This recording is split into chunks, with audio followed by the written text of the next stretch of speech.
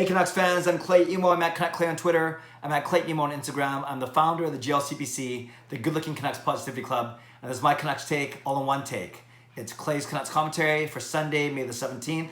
This is where you get Canucks insight that's positive and timely.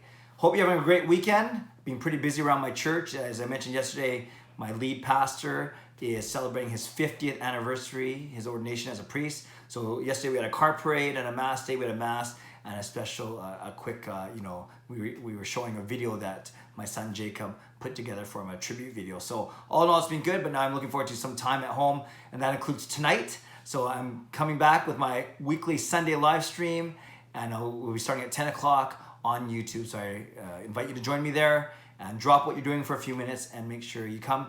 We can talk about Canucks, we can talk about COVID, we can talk about all the sports that are happening this weekend as different parts of the world start to open up a little bit more. We can talk about the Canucks, Hub City, free agency, Judd Bracket, whatever you want. Hope you join me tonight on YouTube at 10 p.m. Today, it's Sunday, so I'm starting a new tradition. I'm very young into the tradition, but every Sunday, because it's usually a slower day when it comes to news and stuff like that, at least while no one's playing any NHL hockey right now, I thought Sunday would be a great day to do an AMA and ask me anything. So I started this last weekend, went really well, and I want to do it again today, and I have about 6 or 7 questions that I can get to, spend a few minutes answering them. So I hope you enjoy these, and it's a nice break, a chance for you to get engaged with this channel as well and learn a bit more about me and my Canucks fandom. So let's get right to it, and then and we'll see what happens with these questions and of course my answers. So the first one is from a longtime friend on Twitter, Josh Gold. He's at jgold13 with a double O, and he has 2 questions. He says, do you think Hoglander makes the team next season, and do you think Podkolzin makes the team in his first year? So great question, Josh. Talking about our top draft picks from the 2019 draft. The first one being Podkolzin, 10th overall, and then Hoglander, 40th overall, so first and second round respectively. So let's talk about both. For Podkolzin, do I think that he's going to make the team in his first year? So Podkolzin still has 1 more year left in the KHL, and that means he'll be starting with the Canucks, at least have a chance to make the team in 2021, the 2021-2022 season, as opposed to next season, which is 2020-2021.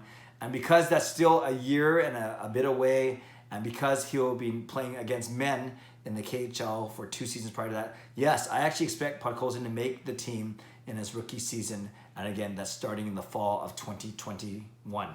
I think he's got a good game. He's gritty. He can skate well enough. He's got good offensive skill. He's determined. Good work on the board. So I do think that things are lining up for him to make the team. Not this season, this next season coming up, but the season after that. So I'm going to go out on a limb and say, yes, Podkolzin makes the team in the 2021 season.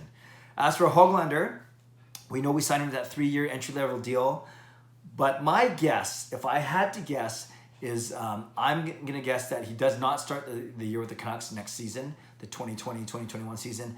And that means I messed up. In an earlier interview, in an earlier vlog, I said that he would likely play in Utica, but I do recognize, given his situation, it might be more advantageous for him to go back and play in Sweden for a year if he does not make the team out of training camp. So I think he's going to get a shot to make the team out of training camp, but you're not going to put him in a fourth line role. So then is he going to beat out everyone else on the Canucks for a spot? And you look at guys, not even counting Toffoli, you look at guys under contract next year or perceived to be under contract, and I'm putting Jake Virtanen in there. So you have about 10 or 12 forwards already, right? When you think of the top 9 spots, you have Pettersson, Besser, Miller, Horvat, Pearson. That's 5 already. Gaudette, Virtanen. There's Roussel. There's Beagle. There's Mott. There's Zach McEwen. Michael Furlan, Josh Levo. So there's a lot of guys, and I didn't even say Tyler Tolle. So there's a lot of guys in front of Hoglander. So because of that, no, I think he's 2 seasons away. So different paths, but I could see both Hoglander and Podkolzin starting for the Canucks in 2021, 2 seasons from now, and they'll just have different paths, right? Although they were both drafted in 2019. But Podkolzin would have played 2 years in the KHL. Hoglander would have done at least, since that draft, 1, if not 2 years in Sweden, or maybe a year in Sweden, a year in Utica, whatever it may be. So yeah, I expect to see them in 2021, not 2020. Actually, Laura at Canucks 181, one of my good friends on Twitter, asked the same question. I should have probably said that. So Laura, she asked, do you think Hoglander will make the team next season, or is he a couple of seasons away yet? As I said, Laura, I think that he's 2 seasons away yet, so I expect him to make the team in 2021, but I'd love your feedback as well. JL, and I can type out his Twitter handle or her Twitter handle, but I can't read it because I don't know how you're supposed to pronounce it. It's like Excaparileati. That was the worst ever, but I'll put it in the tweet when I share this. Did you see Petey's jump shot? Who do you think would win if the Canucks played the Oilers in a game of basketball? So yes, I saw Petey's jump shot. I'm not sure if he was goofing around, but he basically shot it and it went over the backboard, which was a lot of fun. Pedersen having a lot of fun during this quarantine, not afraid to make fun of himself or to have some fun on social media. So yes, I saw his jump shot. I wasn't that impressed. He might have been messing around, but I don't expect him to be a good basketball player, especially if he hasn't played a lot of basketball. Who do you think would win if the Canucks played the Oilers in a game of basketball? That's a really good point. I think it'd be a dog's breakfast no matter what. I'm sure it'd be close. Unless one of those guys is a college basketball star. I've seen hockey players try and play basketball, and sure, they're competitive. They'll be quite aggressive, but I don't expect a lot of finesse in that game. Whether it's end-to-end layups, dunking maybe, but but I think it's gonna be more bruising, rebounding, really, really hard-fought baskets underneath the hoop, and then it's a pick 'em. Do you go with someone like Tyler Myers where you could just feed him inside, but the Oilers have some big guys as well, or can you see Quinn Hughes or Pedersen or even I can see Horvat as being a really good 3, a small forward, kind of quick enough to handle the ball, but not afraid to mix it up inside. So I don't know, maybe because of Tyler Myers' height alone, I don't know who the tallest guy on the Edmonton Oilers is, but I can't picture that he's bigger, taller than Tyler Myers. So if the Canucks can feed Myers inside and if he's got any semblance of touch underneath the hoop, then I'm going to give it to the Canucks over the Oilers in a game of basketball just by 2 or 4 points. Great question, JL, but I have no clue what would happen in real life. Judd Brackett is underrated. At Judd Brackett _1 says this: are you worried about Rathbone walking in free agency after he most likely plays his junior season at Harvard? I think, great question, Judd. There's always a small... Oh, by the way, I saw your tweet earlier. It's pretty funny. He says, if Judd Brackett does leave the Canucks, should it indeed be... should he change his handle to Bonnie Henry is underrated, which I thought was pretty clever. So, no, I'm not too worried. There's always a concern, right, with these college players, but the Canucks have done well with college players, whether they drafted them or not, but a lot of their good players are from college. You think of the Brock Besters of the world, the Quinn Hughes, Troy Stetcher, Chris Tanev, just to name a few. I'm sure I missed Adam Gaudette. I'm sure I'm missing a lot. So I'm not worried because the Canucks do have a pretty good track record with signing their college players, whether, like I said, they're free agents or they're drafted. Jack Rathbone, we know, was drafted 4th round in 2017. So everything I hear is it's pointing to Benning. Benning has been saying that, yes, indeed, Rathbone will play his 3rd season, his junior year at Harvard, which is fine. Then the Canucks will have until August 15 of next summer to sign him. So a lot of time, even after the college season ends, likely in March or April. That's if there's a college season. I think that's the other thing that's kind of makes this situation unique, is if there's no college hockey and there's no AHL next year, what happens? Does he sign with the Canucks early? Does he still wait it out to see what happens? Who knows? But overall, I'm not worried. And I talked about him in a vlog earlier this week that there are a lot of good expectations on him in a good way. He was ranked number 3 of the Canucks prospects in the Athletic by Harmondale and Thomas Strantz. They love the way he can move the puck. They love the way he thinks offense. They love the way he can skate. He's like a I don't want to say a poor man's Quinn Hughes, but he's more like a Quinn Hughes as opposed to like a Tyler Myers or Alex Edler. So I'm looking forward to seeing what Rathbone can do, and I have confidence that the Canucks will sign him. I'm not too worried about him walking away as a free agent. Great question. Then we have Canucks fan 59 at Canucks fan 59 says, what was the first Canucks game you ever went to?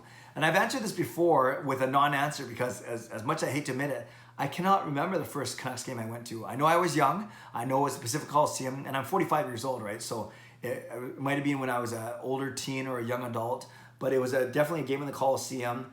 And then I went to a couple games at GM Place, Rogers Arena, before I became a season ticket holder in 2010, 2011.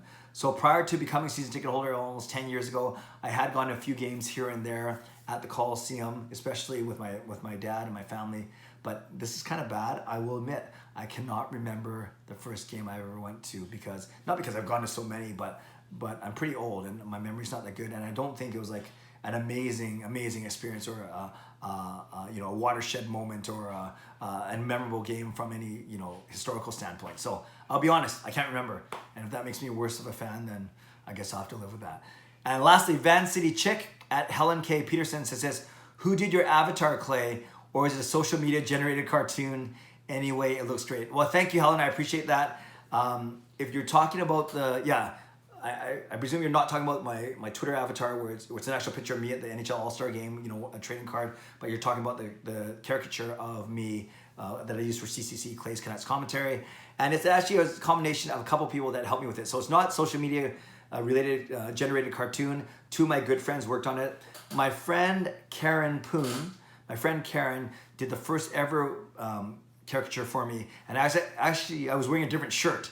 I was wearing a church shirt, a youth ministry shirt, and I was using it for some of my speaking gigs, talking about doing some speaking in some Christian churches, and I would use that as a fun little graphic there.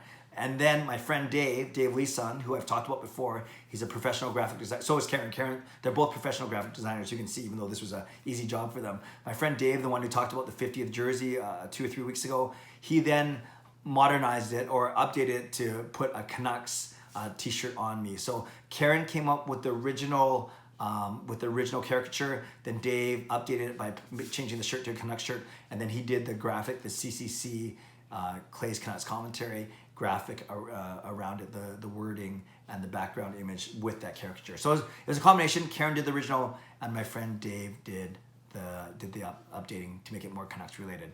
And there we go. So there are 6 or 7 questions right there. Because I want to answer them in depth, that it's now a 12-minute video, which I was actually surprised at, but that's okay. Can you imagine if I had a dozen questions, we'd be talking here all night. But that's what my live stream's for. So I invite you to join me tonight at 10 p.m. Otherwise, thank you for your questions. I hope I answered them to your satisfaction. And like I said, I'm going to do this every Sunday until the season starts again, as we continue to look for different ways to create content on this channel. So thanks for those questions. I really appreciate you asking them. And thanks for watching today.